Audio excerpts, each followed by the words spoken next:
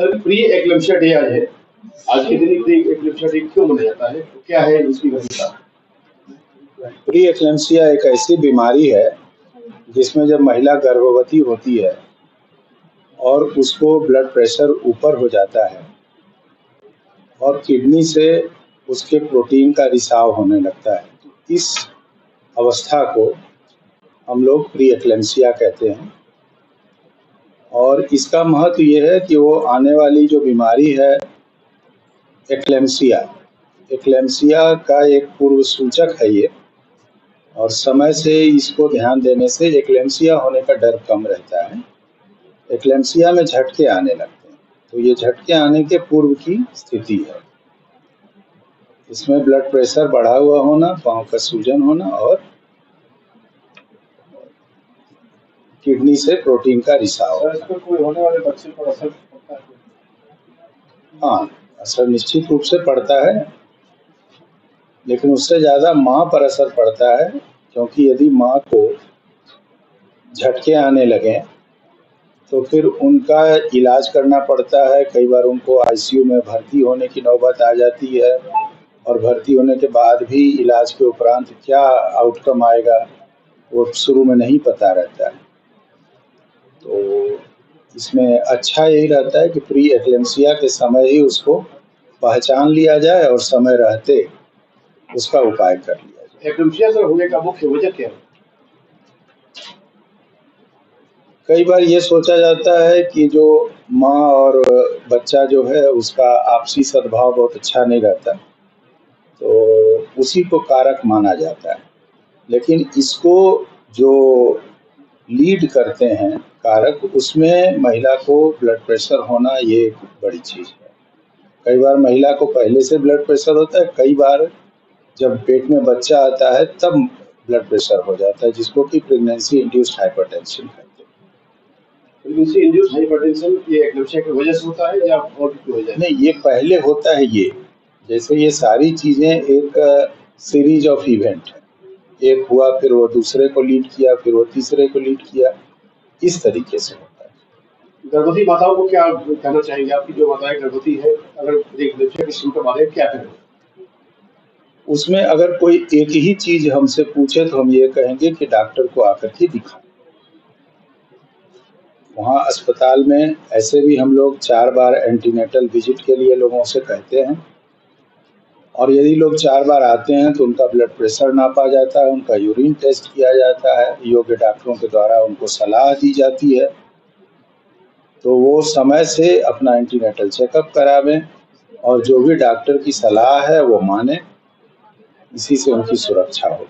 कितने % माताओं में ये एक्लेम्पशिया और प्री एक्लेम्पशिया के चांसेस होते हैं?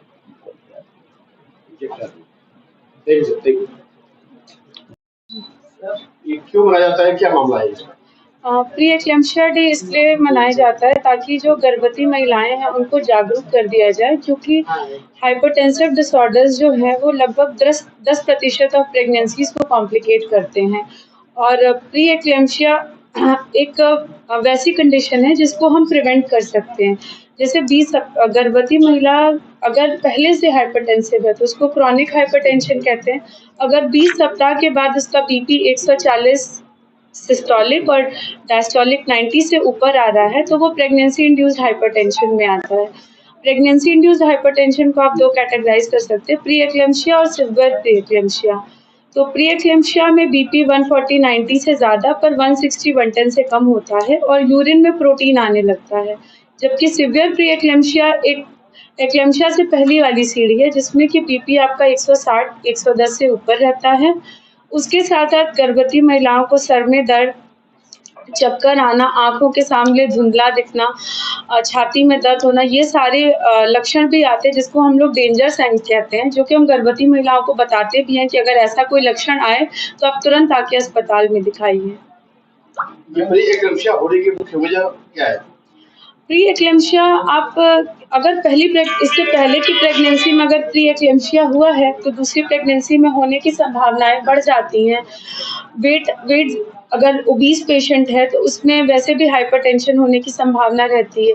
तीसरा है कि अगर पहले से हाइपरटेंसिव है महिला तो उसको भी प्री एक्लेम्पसिया में कन्वर्ट होने के चांसेस रहते हैं। कितने परसेंट माताओं को ये प्रीक्लेम्पसिया एक्लेम्पसिया के चांसेस हो जाते हैं जहाँ प्रेगनेंसी इंड्यूस्ड हाइपरटेंशन होता है? प्री एक्लेम्पसिया अराउंड 10% लोगों में हाँ प्रेग्नेंट फीमेल्स में होता है। मैम इंग्लिश में एक फ्रेज है कि prevention is better than cure. तो क्या किया जाए कि प्रिवेंशन हो जाए, क्योर की जरूरत ना पड़े? देखिए क्योर तो आपको करना पड़ेगा क्योंकि अगर बीपी आपका बढ़ा हुआ है तो आपको एंटी हाइपरटेंसिव देना पड़ेगा ताकि बीपी कंट्रोल रहे। क्योंकि अगर बीपी अनकंट्रोल रहेगा तो उसके एक्लेम्पसिया होने के चांसेस मतलब उसके झटका आने की संभावना बढ़ जाएगी।